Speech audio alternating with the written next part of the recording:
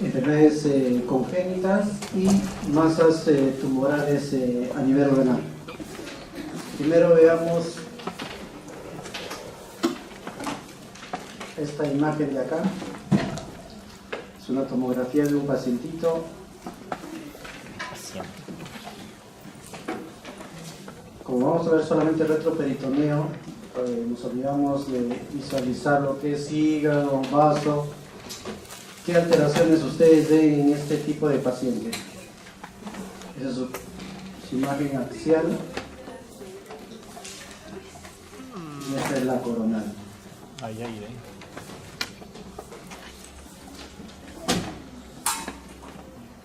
Sí lo es hidronefrosis. Lo que es evidente es que en la fosa renal derecha no se ve el riñón, ¿no? Entonces uno puede suponer o que no tiene riñón o dónde está ese riñón derecho. Y si ustedes se dan cuenta, ahí vemos un riñón y el otro riñón está a ese nivel. Ese es un tipo de enfermedad congénita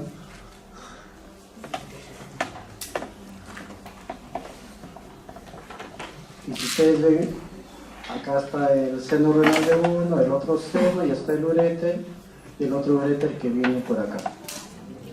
Entonces, esta es una ectopia renal cruzada, que es lo que vamos a revisar el día de hoy, dentro de estas enfermedades. Aquí tenemos otro pacientito, este de acá, pues... Acá tenemos este paciente, se hace su ecografía de vías urinarias. Este es el riñón derecho, el riñón derecho y el riñón izquierdo. ¿Qué notan de diferente entre uno y otro riñón? La diferencia del seno renal, ¿no? Si ven este seno renal, acá está hiperecogénico, uno solo, mientras que este de acá, hay uno por acá y otro por acá. Entonces, es un signo ecográfico para diagnosticar, digamos, doble sistema pielocalcial, ¿no? Doble sistema, o puede ser también una bifidez piélica. Todas estas alteraciones se desencadenan por malformaciones congénitas, ¿no? Embrionarias. Entonces, ¿qué es lo que nosotros debemos revisar sobre embriología? Nosotros sabemos que hay el ectodermo y el mesodermo al inicio, y la parte media después se va a formar el mesodermo intermedio. Eso en cada parte lateral de nuestro cuerpo. Este mesodermo intermedio es lo que va a formar posteriormente todo lo que es el tracto genitourinario. Entonces, este es el mesodermo intermedio que nos va a dar lugar a pronefros, mesonefros y metanefros. Mejor dicho, cuando cuando se comienza a formar el embrión, se forma el mesonefro intermedio y comienza primero a formarse el pronefro, que son los dos primeros pares de riñones que se forman en el embrión. No, eso ocurre más o menos a finales de la cuarta semana. Un aproximado de unos 4 o 5 días se forman estos dos pares de riñón, pues ya saben que hay uno a este nivel y el otro hacia el otro lado, ¿no? Estos pronefros, después de 3 o 4 días, degeneran.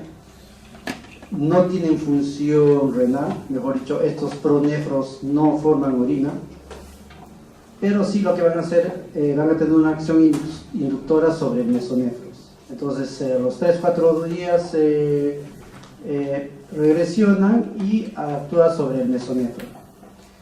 Este mesonefro a este nivel sí va a formar ya nefrotomas, son como digamos como unos tubos colectores, como unos pequeños glomérulos. estos sí ya van a formar orina. Este mesonéfro va, aparte de formar orina, en un promedio entre la 5ª y 10ª semana de vida va a ir a regresionar. La orina pasa por el conducto mesonéfrico y llega hacia la cloaca y se elimina, ¿no? Entonces, entre la 5ª y 10ª semana, el mesonéfro es el que va a producir orina. Y posteriormente se va a formar el metanéfros. Pero así como en el momento que este regresiona, este se está comenzando a formar. El metanéfros se forma a partir de la 5ª semana hasta la 10ª semana. Entonces el otro, mientras está regresionando, este se está formando. Se forma de una yema ureteral, que es esta yema de acá. Tenemos 2 yemas ureterales, que esas yemas ureterales nos van a hacer, con el blastema metanéfrico va a formar el riñón. Ese sí va a ser nuestro riñón definitivo, que es el que se va a formar entre la 5ª y 10ª, y a partir de la 10ª va a formar la orina. Ustedes saben que la orina es el principal volumen de líquido amniótico, pues, ¿no? Entonces, cualquier alteraciones renales que tuviera algún embrión o feto, cualquier alteración, digamos, ya sean agenesias o lo que fuera, siempre van a repercutir a nivel del volumen de líquido amniótico. Este conducto mesonéfrico es el conducto de Wall que se conoce, ¿no? Entonces, esto ya regresionó y se está formando el riñón definitivo, que es a nivel de la pelvis, si se dan cuenta. A este nivel, en el conducto mesonéfrico que se está degenerando, que es el conducto de Wall, junto con el epitelio celómico, nos va a formar la gónada. Entonces, el conducto mesonéfrico, conducto de Wall, es el que va a llegar a formar las gónadas, que posteriormente ya se van a formar los conductos paramesonéfricos, ¿no? O de Müller, que son los que van a dar todos los de mujer. Wolf da todo lo que es varón y Müller es lo que da la mujer, ¿no? Entonces, las alteraciones que nosotros vamos a llegar a tener congénitas se van a provocar a este nivel, entre la yema del brote ureteral, la yema ureteral y el blastema metanéfrico. El blastema metanéfrico es esta imagen marroncita de acá, que es lo que va a formar el riñón en sí. La yema es lo que nos van a dar todo lo que sean cálices mayores, menores, uréteres, ¿no? Todo lo que conduce hacia la vejiga. Entonces se forma a nivel pélvico y posteriormente va ascendiendo a su localización habitual, ¿no? Que es lo que nosotros debemos tener. Los conductos mesonéfricos se forman a nivel tóraco-abdominal y después van a descender hacia abajo, ¿no? Mientras que uno asciende, el otro desciende. Entonces, ¿qué alteraciones nosotros vamos a tener? Tenemos alteraciones de número, posición, fusión, tamaño, forma, estructura del uréter. Dentro de las anomalías de número está la agenesia, la disgenesia. Dentro de las anomalías de rotación está la ectopia simple, la ectopia cruzada. Las anomalías de fusión está el riñón y herradura, la ectopia renal cruzada. Son puntos que vamos a ver ahora. Entonces, veamos sobre las anomalías de número. Dentro de las anomalías de número está la agenesia renal. Entonces, esta agenesia renal puede ser unilateral de un solo lado o puede ser bilateral de ambos lados. Lo más frecuente que sea unilateral, más en el lado izquierdo y más frecuente en varones, ¿no? Su frecuencia entre 1 en 500 a 1 en 4000. ¿A qué se debe, digamos, que se produce una agenesia renal? Es que esta yema ureteral que la tenemos acá no llega a contactarse con el blastema metranéfrico. El blastema metranéfrico es esa estructura que después va a formar el riñón. Cuando esto llegue en contacto con el blastema metranéfrico, se llega a originar el riñón. Si no llega a tener contacto, lo que desencadena es una agenesia renal, unilateral. Pero puede haber, como les digo, la agenesia renal bilateral, que ambos no entran en contacto y al final no se forman los dos riñones. Entonces, ¿cuáles son las características de esta agenesia renal bilateral? Uno es que es incompatible con la vida. ¿Por qué? Porque uno es que va a provocar un oligohidramnio severo, porque no se va a formar orina, porque no hay riñones, ¿no? Segundo, como no hay riñones, por las mismas acciones inductoras, se va a producir una hipoplasia renal. Y se va a asociar a diferentes malformaciones, ¿no? Esqueléticas, ano hiperforado, ¿no? Que son frecuentes en este tipo de paciente. Entonces, al momento de nacer, como hay una hipoplasia renal y su función renal no va a funcionar, llega a fallecer nuestro pacientito. Entonces, en el esquema que tenemos es una agenesia renal, lo frecuente, el lado izquierdo, más en varones. Esta es una imagen de una urografía excretoria donde nosotros podemos visualizar la pelvis renal, el uréter y la vejiga, ¿no? Y no se logra visualizar el lado izquierdo. Esta es una ecografía. En este lado nosotros vemos los dos riñones. Este es un corte axial de un embarazo.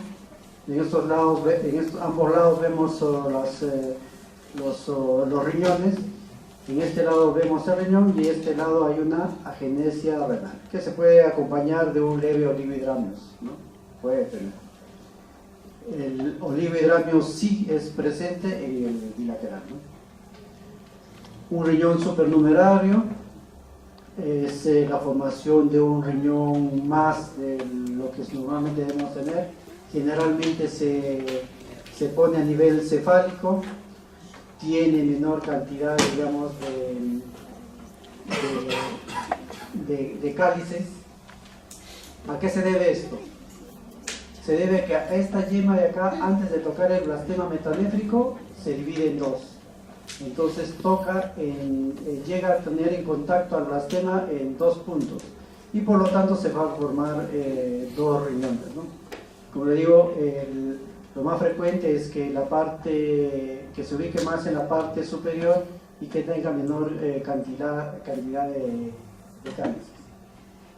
¿Dónde se provoca esto más frecuentemente también? Es en el lado izquierdo. Acá en la imagen está hacia el lado derecho, pero es mucho más frecuente hacia el lado izquierdo. Acá tenemos una imagen tomográfica de un riñón también supernumerario. Otras alteraciones congénitas, tenemos la ectopia simple de riñón. Entonces, como nosotros habíamos visto al inicio, el riñón se forma a nivel pélvico, ¿no? Y posteriormente, a nivel pélvico, y posteriormente debe ascender. Entonces, este riñón pélvico que debe ascender por causas probablemente anatómicas, por la arteria umbilical que se ubica a este nivel, no deja ascender y condiciona que este riñón ectópico se quede ubicando siempre a nivel pélvico, mientras que el del lado derecho sí logra ascender, ¿no? Esa es una de las teorías por las cuales condicionaría una ectopia simple. ¿Qué características tiene esa ubicación pélvica? Generalmente va a estar en contacto con la vejiga.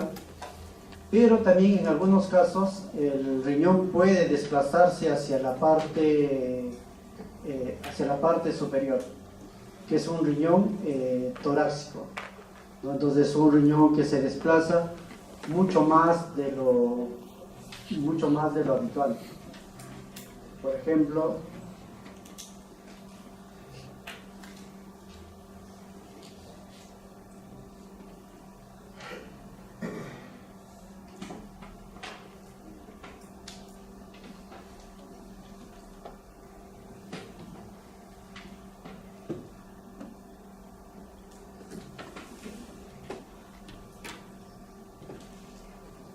tenemos una imagen de radiografía simple.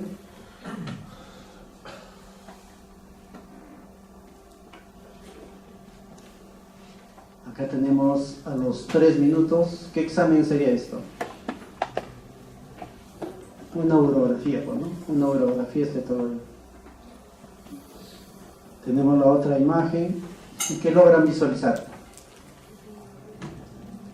Que un riñón está ubicado adecuadamente y el otro, uno está a este nivel y el otro está a nivel torácico, ¿no? Como si fuera una hernia, ¿no? En realidad ese es un riñón ectópico torácico. ¿Qué va a condicionar este riñón ectópico torácico? Va a producir una ovulación a nivel del diafragma, ¿no? Porque va a presionar, ¿no? Similar a como si fuera una hernia de Bodalek, digamos, ¿no?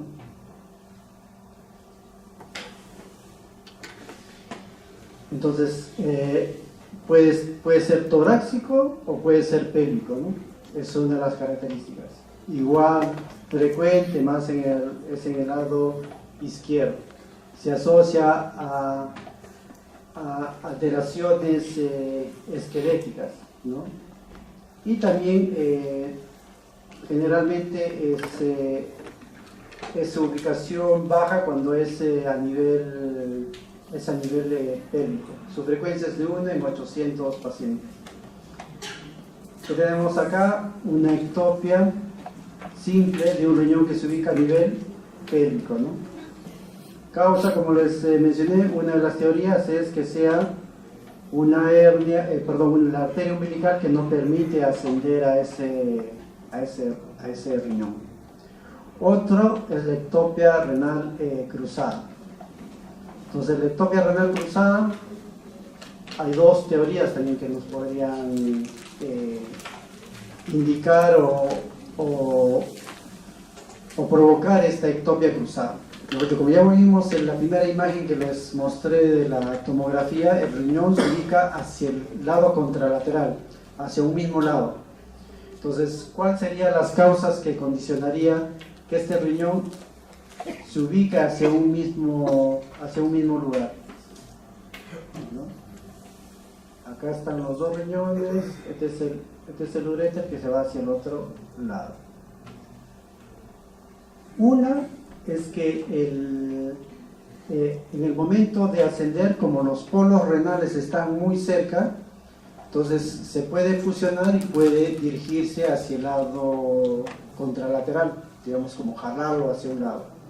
La otra teoría es que por causas digamos inducidas a nivel de la yema ureteral, esta en vez de dirigirse a su metanefro que estaría a este nivel, se dirige hacia el otro metanefro, al otro blastema metanéfrico que está hacia el otro lugar. Llega a esos dos yemas a ese nivel y nos va a condicionar una ectopia renal cruzada, ¿no? Generalmente estas ectopias pueden fusionarse o no fusionarse. Lo más frecuente, tanto en ectopias como en las otras alteraciones que veremos después, se van a fusionar. Es menor porcentaje los que no se fusionan, entonces llega un 85 o 90% de los que se llegan a fusionar y solamente un 10% los que no se fusionan. Y acá tenemos la ptosis renal. ¿Qué cosa es la ptosis renal? Es la alteración de los ligamentos, de todo lo que es soporte del riñón y se ubica a nivel a nivel mucho más inferior o puede ser pélvico. Entonces, ¿qué me diferencia a mí decir una tosis renal con una ectopia simple?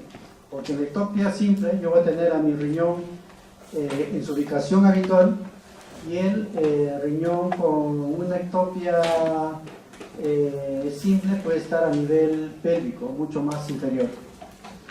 La diferencia es anatómica, porque en la ectopia simple el uréter va a tener un tamaño de acuerdo al espacio que ha recorrido, mientras que como el otro es una alteración de ligamentos, de soporte, el uréter y sus vasos van a ser de mayor longitud.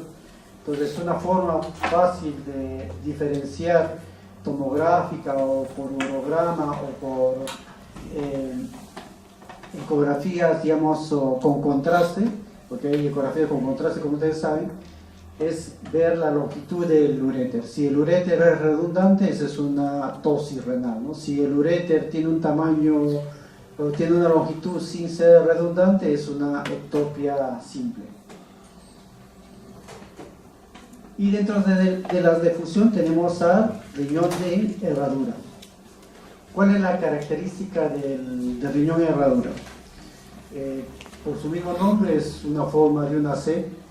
¿Cuál es lo que caracteriza a este riñón? Es que se fusiona en el mayor porcentaje, en casi todos, es una fusión por la parte inferior, es una fusión baja.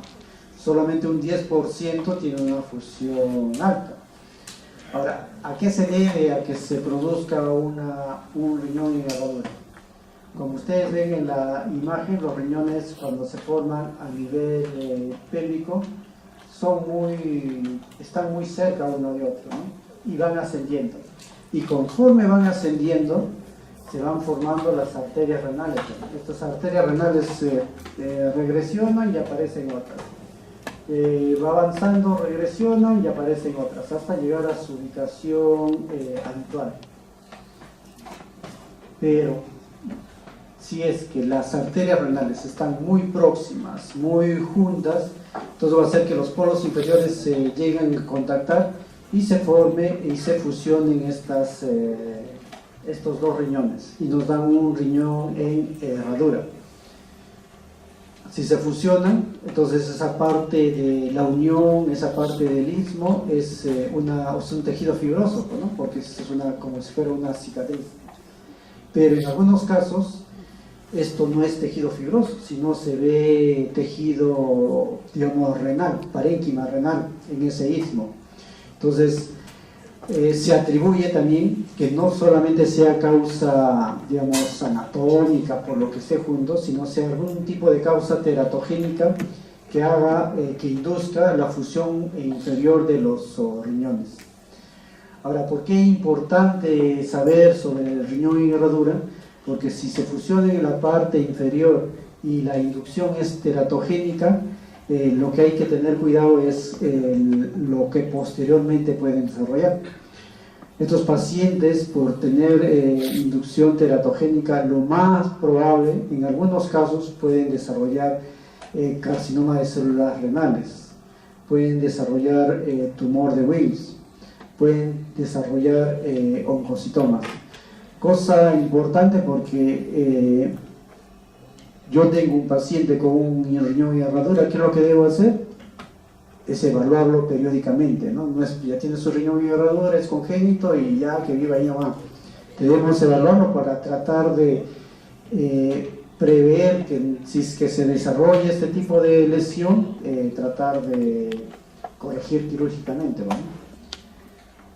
Estos riñones en herradura tienen una ubicación también a nivel lumbar bajo. ¿Por qué este riñón en herradura no sigue progresando y se ubica en su localización habitual? Se debe a que el riñón, al estar ascendiendo, imagínense que esta es la aorta, al estar ascendiendo yo tengo acá, de la aorta sale mi arteria mesentérica superior, mucho más inferior sale mi arteria mesentérica inferior. Entonces, al estar ascendiendo este riñón, llega como tope la arteria mesentérica inferior y no le permite progresar más cefálicamente. Por eso que se queda a nivel lumbar, ¿no? Entonces, un dato importante es evaluar la arteria mesentérica inferior, que es el lugar donde este riñón en herradura digamos, limita su ascenso, ¿no?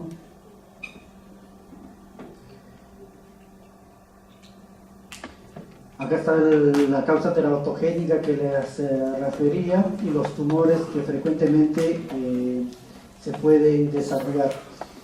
Que vamos, en la siguiente clase lo vamos a ver también sobre estas lesiones tumorales. Acá tenemos una urografía excretoria de un riñón en herradura. ¿Qué características tiene? Que los cálices se van medializados, mejor dicho, tienen más rotación y están medializadas. Segundo, es que le condicionan una leve hidronefrosis. ¿A qué se debe? A que este uréter de acá, digamos, se hace como un loop, como una pequeña éstasis y no permite adecuadamente, digamos, que drene el riñón, ¿no? Acá tenemos imágenes de riñones en herradura, acá tomográficamente. En esta imagen, por ejemplo, de acá, nosotros sí vemos el istmo formado por parénquima renal, no es cicatriz sola. Y acá son reconstrucciones de estos riñones en herradura. Igual acá mucho más evidente este istmo formado por parénquima renal, que en otros se va a ver como si fuera un tejido fibroso nada más. Dentro de las anomalías de tamaño tenemos la hipoplasia renal. ¿Qué característica de la hipoplasia? Que es un riñón pequeño congénito. Al ser congénito no es condicionado por ninguna displasia. Podemos tener un riñón hipoplásico simple, ¿no? Que es de menor tamaño, con menor número de cálices, pero también podemos tener una hipoplasia segmentaria, parte del riñón de menor tamaño, pero esta se asocia con alteración vascular. Al asociarse con esta alteración vascular, que hay una arteria estenótica, ¿qué me va a condicionar? Hipertensión, ¿no? Hipertensión arterial. ¿Cuál es la característica entonces radiográfica de esta hipoplasia? Es un riñón pequeño, ¿no? con menor número de cálices en relación a su riñón contralateral. Ese riñón, digamos, el riñón contralateral se va a hiperplasiar, se va a crecer, va a aumentar su volumen, su tamaño. Pero ese riñón hipertrofiado por una hipoplasia, ¿qué va a haber? ¿Qué diferente va a tener con un riñón hipertrofiado por una agenesia renal? Que es lo que vimos anteriormente. Que la agenesia renal, por ser solamente un riñón el que funciona, en algunos casos puede formar una esclerosis glomerular membranosa. Piña, ¿no? Tiene un solo riñón y todavía por hiperfuncionar mucho este riñón, desarrolla eso, ya pues llega a su insuficiencia renal. Eso no es frecuente, pero sí se puede, digamos, llegar a desarrollar. Por eso en el paciente también de agenesia renal se debe evaluar periódicamente, ¿no? ¿Podrá tener un solo riñón? Claro que se asocia a otras malformaciones, el problema es que puede desarrollar esa esclerosis glomerular membranosa. Igual acá son imágenes de un riñón ecográfico, por urograma y por tomografía de menor tamaño y menor cantidad de cálices, ¿no? Que es lo que debemos recordar. Ecográficamente es evidente el volumen del tamaño del riñón. Acá también un riñón de menor tamaño y el otro que está hipertrofiando, ¿no? creciendo de mayor tamaño. Otras alteraciones congénitas están las duplicaciones ureteropiélicas, ¿no? Que es lo más frecuente que nosotros vamos a ver dentro de las alteraciones renales. Ahora, estas duplicaciones ureteropiélicas pueden ser altas, medianas o bajas, o puede ser completa, ¿no? Si es una incompleta, una duplicación a este nivel, ¿qué me condicionaría? Una bifidez piélica nada más, ¿no? Porque el uréter va a ser uno solo, pero sí va a haber una bifidez del sistema colector, que ahí vamos a ver un mapa. Mientras que los otros sí pueden ser duplicaciones mediales o bajas. ¿Cuál es lo importante de una duplicación ureteral en un paciente? La frecuencia de las infecciones urinarias, ¿no? Ahora, como estos son enfermedades congénitas, y si tengo yo un paciente con infecciones urinarias periódicas, repetidas, ¿cuál es digamos, el mayor riesgo que puede tener este paciente?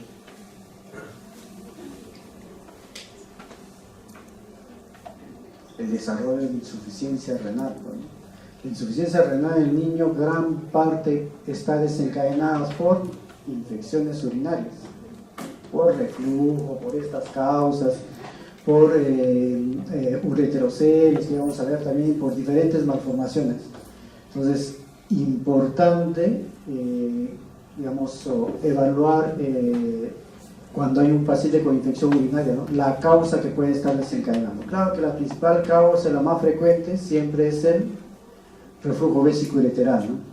Entonces, el reflujo vésico-ureteral, un paciente, digamos, que tiene una infección urinaria, un niño de 6 meses, ¿qué se debe hacer? Lo correcto es hacerle una uretrocistografía para descartar un reflujo vésico-ureteral. Como son exámenes un poco traumáticos, no muy, digamos, no muy simples para el pequeño paciente, entonces en estos casos a veces se evalúa y se espera que desarrolle una segunda infección, ¿no? Si ya desarrolla una segunda infección, dice sí o sí tienen que hacerle su uretrocistografía para descartar reflujo.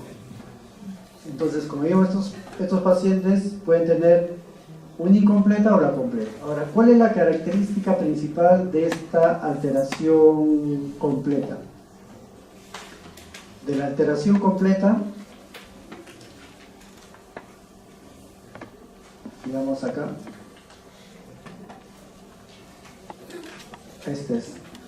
es la regla de Weichmeier. ¿Qué me dice? Yo tengo dos uréteres, cada uno tiene su sistema pielocalicial. El sistema pielocalicial superior se dilata, tiene un uréter lateralizado más hacia la parte medial, y en la parte distal termina en un ureterocele, que es lo más frecuente. Entonces, al llegar en la parte distal que termina en ureterocele, este uréter que se inserta, se va a insertar más hacia la parte media y más inferior. Por eso va a condicionar todas estas alteraciones, ¿no? Mientras que el uréter del pielón inferior, que dice tiene una forma de flor marchita, por lo que tiene sus cálices un poco horizontalizados, este de acá sí se va a insertar en el trígono. Entonces, las alteraciones que va a desencadenar su ubicación es lo que nos va a condicionar las alteraciones a nivel renal. ¿Por qué se provoca esta duplicación? Igual, así como cuando se formaron como dos yemas para el riñón supernumerario, igual se forman dos yemas ureterales antes de tocar el blastema metaméfico. toca el blastema metanéfrico 2 yemas y me va a dar un riñón en herradura. El grado de dónde se ubica esta bifurcación del blastema, de la yema ureteral, me va a dar si sea proximal, si sea medial o si sea bien distal, ¿no? Similar, como les expliqué hace un momento, del riñón supernumerario. Ahora, ¿qué características ya hemos mencionado? Las infecciones urinarias, condición de reflujo porque ya tenía una implantación anómala, ¿no? Y si hay infecciones va a haber cicatrices. Tenemos una ecografía renal, que es todo esto, ¿no? En un paciente de un feto, que vemos acá. Siempre la ecografía, la parte más hacia la izquierda es la parte superior y esta es la parte inferior, ¿no? Entonces hacia la parte superior tenemos una hidronefrosis, ¿no? Y hacia la parte inferior tenemos nuestro sistema pielocaliciar normal. Es un paciente con doble sistema pielocaliciar, con su pielón superior dilatado, que lo más probable que tenga reflujo, lo más probable que tenga ureterocele también, ¿no? Esta es una urografía excretoria donde vemos el doble sistema pielocalicial en el lado izquierdo, acá ubicado hacia el lado derecho. Esta es una imagen de una bifidez piélica. Ya les dije, la bifidez piélica, los sistemas se dividen en dos, pero no me llega a dividir completamente el uréter por fuera de la pelvis, ¿no? Por fuera de la pelvis. Este es el que yo había mencionado sobre la regla. Y por último vamos a hablar sobre los ureteroceles. El ureterocele es una dilatación quística de la parte distal del uréter, ¿ya? Puede ser congénita o adquirida. Entonces, si yo el uréter a nivel distal se comienza a obstruir, ¿qué me va a producir? Me va a producir una imagen quística, ¿no? Que es este ureterocele. Es la forma como se visualiza por ecografía. Acá tenemos el ureterocele visto por una urografía excretoria, una imagen radiolúcida que no se llena de contraste todavía. ¿Qué condiciona los ureteroceles? Como tanto en la duplicación puede condicionar reflujo bésico ureteral, ¿no? Por lo tanto, una hidronefrosis. Y el ureterocele que se ve cuando es mucho más pequeño, un signo radiográfico, es la imagen de la cabeza de cobra, ¿no? Es una parte dilatada, nomás muy pequeña, de la parte distal del uréter. Bien, esta es la primera parte. Yo creo que continuamos con la otra, que es sobre masas renales.